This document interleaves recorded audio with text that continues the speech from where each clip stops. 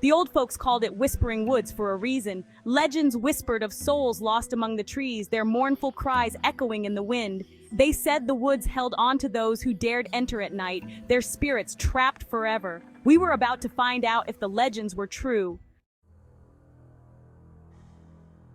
The sun dipped below the horizon, casting long, eerie shadows across our campsite. The once vibrant colors of the day faded into a palette of deep purples and blues, creating an almost surreal atmosphere. The trees, tall and ancient, seemed to stretch their limbs, their shadows growing longer and more menacing with each passing moment. It was as if the forest itself was coming alive, preparing for the night. The air, once filled with the sounds of birdsong, grew silent. The cheerful chirping and rustling of small creatures vanished, replaced by an eerie stillness that seemed to press down on us. It was a silence so profound that it felt almost tangible, wrapping around us like a heavy blanket. The absence of sound was unsettling, making every creak of a branch or rustle of leaves seem amplified and ominous. A thick fog rolled in, blanketing everything in a cold, damp embrace.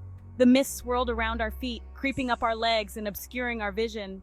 It was as if the forest was trying to hide its secrets, shrouding everything in a veil of mystery. The fog muffled our voices, making it difficult to communicate, and added to the sense of isolation and unease that was growing within us. It felt like the woods were closing in on us, suffocating us with their oppressive atmosphere. The trees, once a source of beauty and wonder, now seemed like dark sentinels, watching our every move. The dense undergrowth and twisted branches created a labyrinthine maze, making it easy to lose our bearings. Every step we took seemed to lead us deeper into the heart of the forest, away from safety and into the unknown. We huddled around the crackling campfire, seeking comfort in its warmth and light. The flames danced and flickered, casting a golden glow that pushed back the encroaching darkness. The fire was our only source of solace, a beacon of hope in an otherwise foreboding landscape.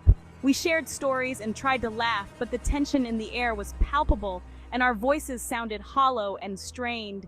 But the shadows danced in the flames, taking on menacing shapes that sent shivers down our spines. The flickering light played tricks on our eyes, turning ordinary objects into grotesque figures. It was as if the fire itself was alive, conjuring up images from our deepest fears. Each shadow seemed to have a life of its own, moving and shifting in ways that defied explanation. The wind picked up, rustling the leaves with a sound like hushed whispers. It was a soft, almost mournful sound, as if the forest was trying to communicate with us. The leaves rustled and swayed, creating a symphony of whispers that seemed to come from all directions. It was both mesmerizing and unsettling, adding to the sense of unease that had settled over our campsite. The wind carried with it the scent of damp earth and decaying leaves, a reminder of the forest's ancient and untamed nature. There was Liam, our fearless leader, always up for a challenge. He had this aura of confidence that made us all feel a bit safer, even in the darkest of nights. His stories of past adventures, filled with daring escapades and narrow escapes, were legendary among our group. We all looked up to him, not just because he was brave, but because he had a way of making us believe that we could be brave too. His laughter was the loudest, his spirit the brightest, and his determination unwavering. Next to him sat Emily, her laughter usually infectious but now strained. Emily was the heart of our group, always the first to offer a comforting word or a helping hand. Her smile could light up the darkest of days, but tonight it was clear that something was weighing heavily on her mind. She tried to mask her worry with jokes and stories, but the tension in her voice was unmistakable. The moonlight cast a soft glow on her face, highlighting the worry in her eyes that she couldn't quite hide. Across from them was Jake, his usual cocky grin replaced by a nervous frown. Jake was the joker of our group, always ready with a witty remark or a playful tease. But tonight, his usual bravado was nowhere to be seen. He sat quietly, staring into the flames, lost in thought. The flickering light of the campfire cast shadows on his face, making his frown even more pronounced. It was clear that the eerie atmosphere of the forest was getting to him, just as it was to the rest of us. And then there was me, Sarah, trying to keep my fear from showing. I had always prided myself on being the calm and collected one, the one who could keep a level head in any situation. But tonight, even I was struggling to maintain my composure. The darkness of the forest seemed to press in on us from all sides, and every rustle of leaves or snap of a twig sent a shiver down my spine. I tried to focus on the warmth of the campfire and the familiar faces of my friends, but the fear was always there, lurking just beneath the surface. We told stories and jokes, trying to ignore the growing unease in the pit of our stomachs. We laughed a little too loudly, trying to convince ourselves that everything was fine. But the laughter felt hollow, and the stories seemed to fall flat. The unease was palpable, a heavy weight that hung over us like a dark cloud. We all felt it, but none of us wanted to be the first to acknowledge it. So we kept talking, kept laughing, hoping that if we just kept going, the fear would eventually fade away. But the woods had a way of seeping into your bones, replacing laughter with dread. The trees seemed to close in around us, their branches reaching out like skeletal fingers. The air was thick with the scent of damp earth and decaying leaves, and every breath felt heavy and oppressive. The forest was alive with sounds, the rustling of leaves, the distant hoot of an owl, the occasional snap of a twig. Each sound seemed to echo in the darkness, amplifying our fear and making the shadows seem even darker. The darkness seemed to amplify every creak and groan of the trees, turning them into sinister whispers. The wind picked up, causing the branches to sway and creak, their movements casting eerie shadows on the ground. It was as if the forest itself was alive, watching us, waiting for the perfect moment to strike. The whispers grew louder, more insistent, filling our minds with thoughts of unseen dangers lurking just beyond the reach of the campfire's light. We huddled closer together, seeking comfort in each other's presence, but the fear was always there, a constant, gnawing presence that we couldn't escape. As the night deepened, the whispers grew louder. They seemed to come from everywhere and nowhere at once, swirling around us like a chorus of disembodied voices. We strained to make out words, but the whispers remained frustratingly unintelligible. "Did you hear that?" Emily whispered, her voice trembling. We all had. It was impossible to ignore. The woods were alive with unseen eyes, watching our every move.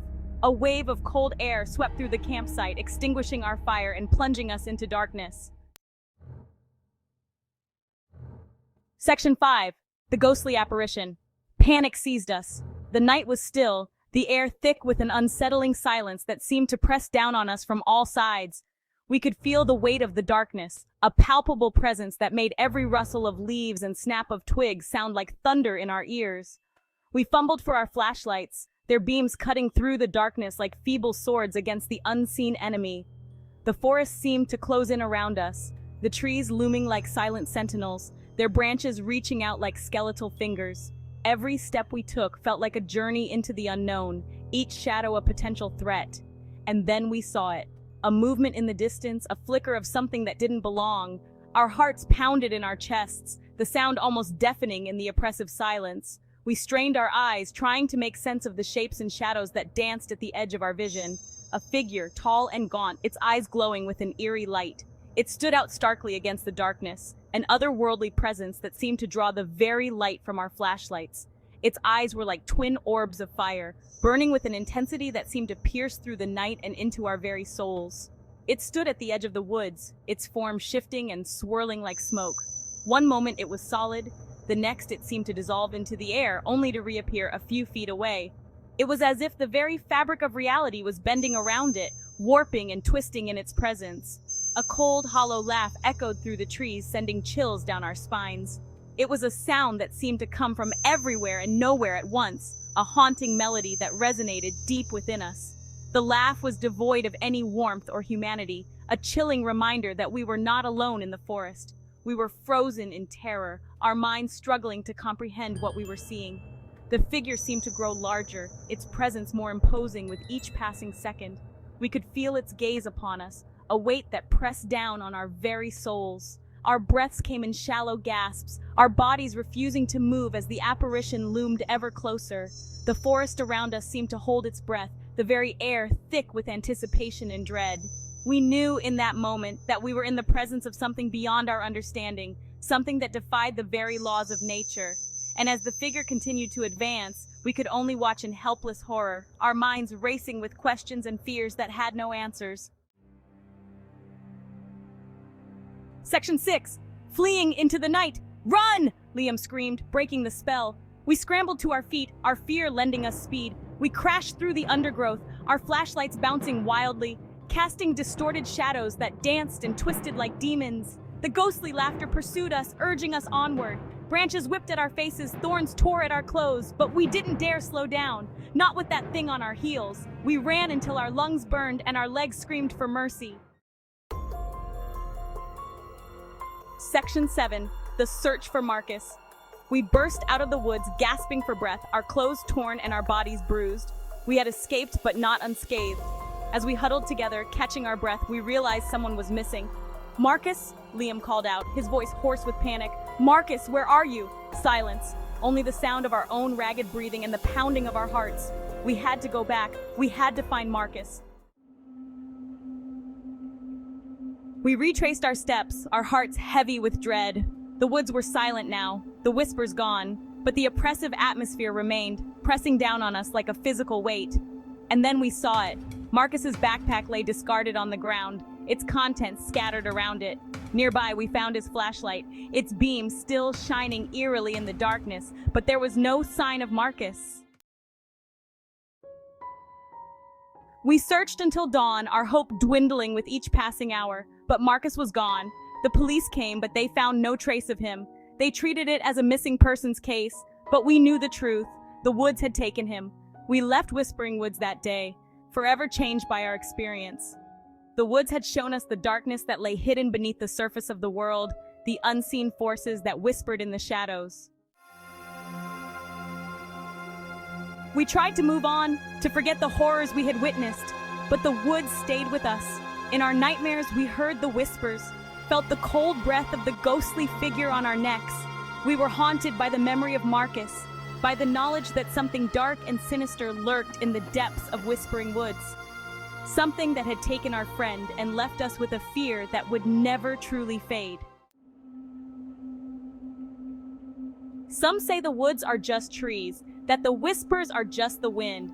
But we know better. We know the truth that hides in the shadows, the truth that whispers in the darkness. And we know that some secrets are best left buried. The Whispering Woods are still there, waiting for their next victims. And somewhere, lost among the trees, the spirit of Marcus wanders, forever trapped in the nightmare that claimed him. Heed our warning. Stay away.